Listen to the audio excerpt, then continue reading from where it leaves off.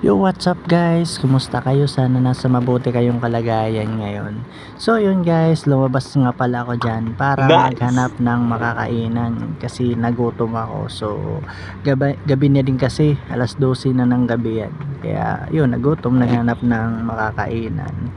So yun, may nakita ako dito, Tapsilogan at Parisan. So yun, huminto ako at saka tumingin sa menu nila kung ano meron. So nakapili ako ng orderin. Yun na nga, yung chicken.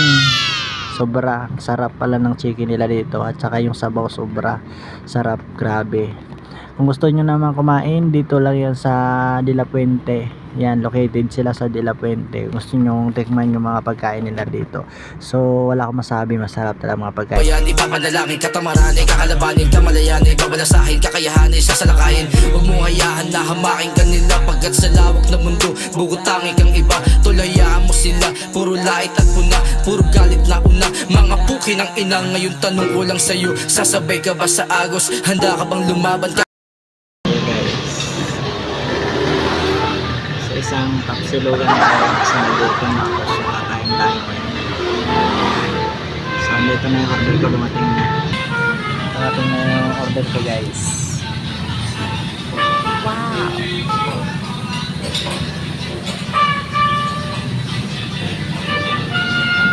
Kain tayo guys, kain tayo. May papalagan, nagmagaling yung aking pinanedya. Naaliw nung makitang tinawedang bawat linyang tinahe sa eksena. Di nangihiram ng tapang sa serbesa. Mga gusto na matuto rumirekta, nang ulolay bigla ang lumipensa.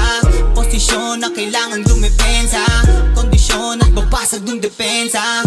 Napakasarap ang basag ng mayabang, tamang-tamang pampagana para madagdagan ng kaalaman. Tamang hanap ng paraan para makabanat, kalayaan, katapangan ay nasaga pagkalabas ng sakalaman. Ang sarili ang kinakalaban ko, habang aking pake ay hinahanap mo. Hindi nagaguto, wag mong ginagaguto. Masamang pag-uugali, yan yung binabago ko. Halika na't pumasok dito sa loob ng mundo namin kakaiba. Balik ka ng hinala kung makalang may pake sa sinasabi nila. Wag mo nang ipilit kami yung sakalam. Di na hinggang init nung mapoy sakalan. Kung ayaw nang makinig sa amin, di ka kawalan. Lahat ng nagtang kang manghamak ay papalagan. Halika na't pumasok dito sa loob ng mundo namin kakaiba. Balik ka ng hinala kung makalang may pake sa sinasabi nila. Wag mo nang ipilit kami yung sakalam. Di na hinggang init nung mapoy sakalan. Ayaw nang makinig sa amin, di ka kawalan. Lahat ng nagtang kang manghamak ay papalagan. Ganyan talaga, mapaglaro talaga ang tadhana. May mga gusto na makamit pero kinukuha ng walang bahala. Puta, nakakalungkot pero hindi ka dapat sumimangot. At sa bangungot, ikay bumangon at palitan ng ngiti ang simangot. Liga, inom muna tayo at paikutin mo yung baso. At kalimutan ng problema at isaulo ang mga plano, diba?